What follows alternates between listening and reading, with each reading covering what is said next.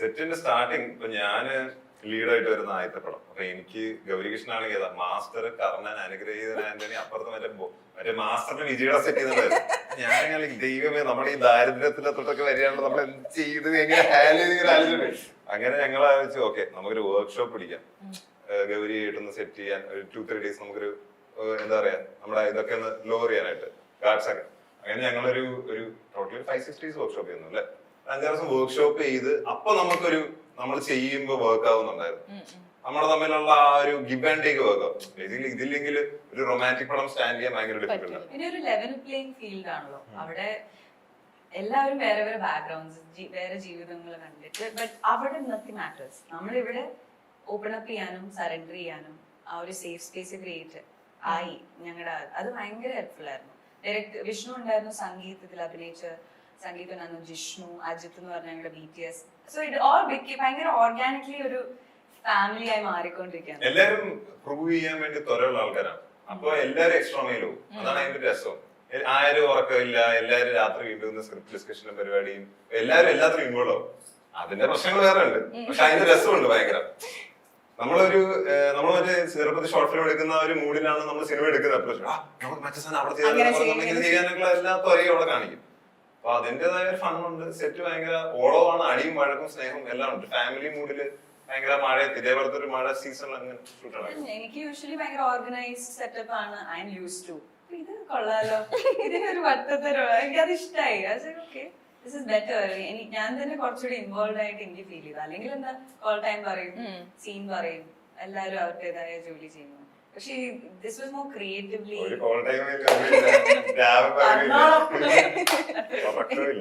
എണീക്കുമല്ലോ രാവിലെ ടൈമിൽ എത്തുമല്ലോ എന്തായാലും സെറ്റിലോട്ട്. നൈറ്റ് ഷൂട്ട് ആയിരുന്നു കൂടുതലും. അപ്പൊ പിന്നെ അയ്യോ അത് വേറൊരു, അതേ ഒട്ടും എൻജോയ് ചെയ്തില്ല സത്യം പറയാം.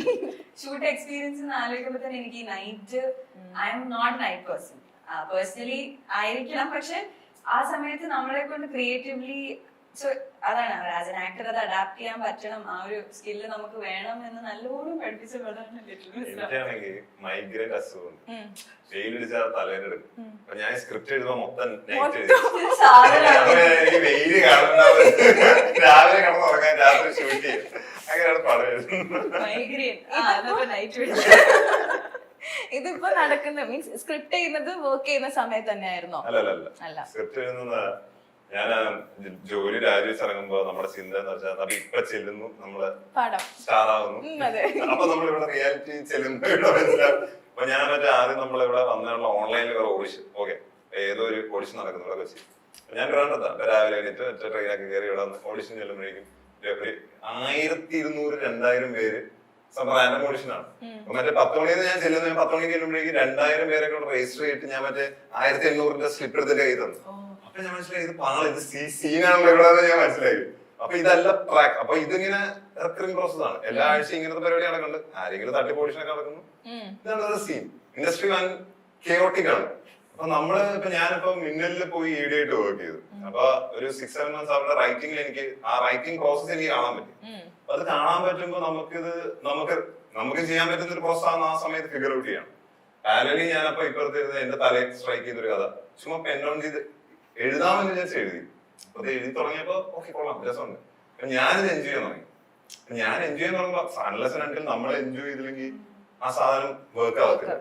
അത് ബീറ്റ് ആക്ടിങ്ങോ റൈറ്റിങ്ങോ എന്താണെങ്കിലും.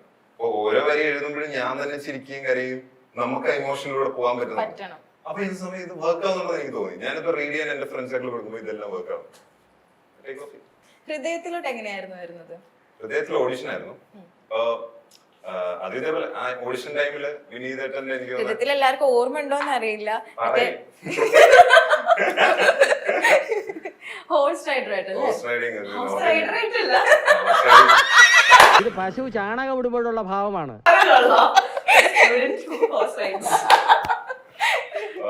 അപ്പൊ ഹൃദയത്തിലുണ്ടായിരുന്നു, ഇടയിലുണ്ടായിരുന്നു. അങ്ങനെ ഹൃദയത്തിൽ ഓഡിഷനിൽ കിട്ടി.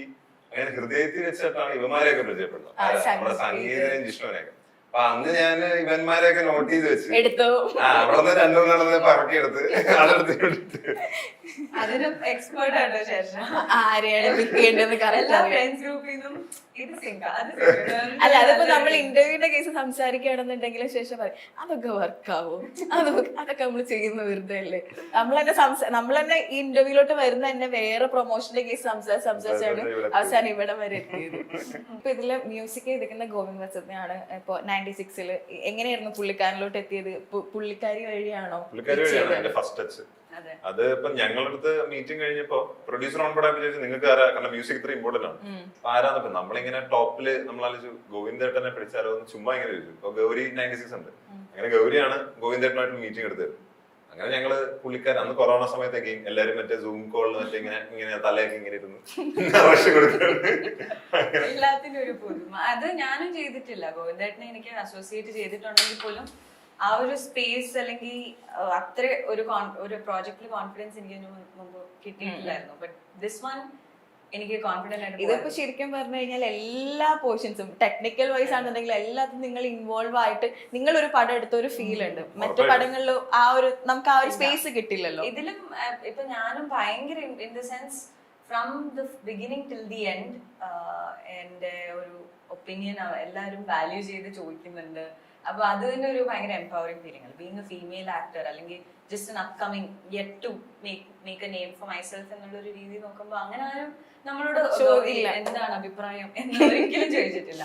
അപ്പൊ ഇതിന് അതും അയ്യോ ഗൗരിയെ ഇതൊക്കെ ചെയ്തല്ലേ നമുക്ക്, അത് it just happened organically. They actually give a shit. They actually value എന്താ ചെയ്യണ്ടേ ക്രിയേറ്റീവ്ലി.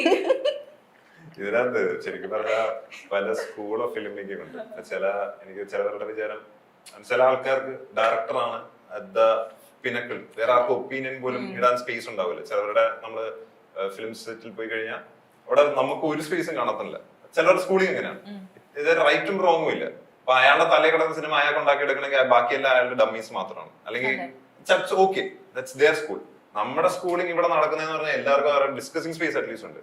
ഫൈനൽ ഇപ്പോൾ ഡയറക്ടറാണ്, പുള്ളി അത് വേണോ വേണ്ടോ എന്നുള്ള കോള് പോകും.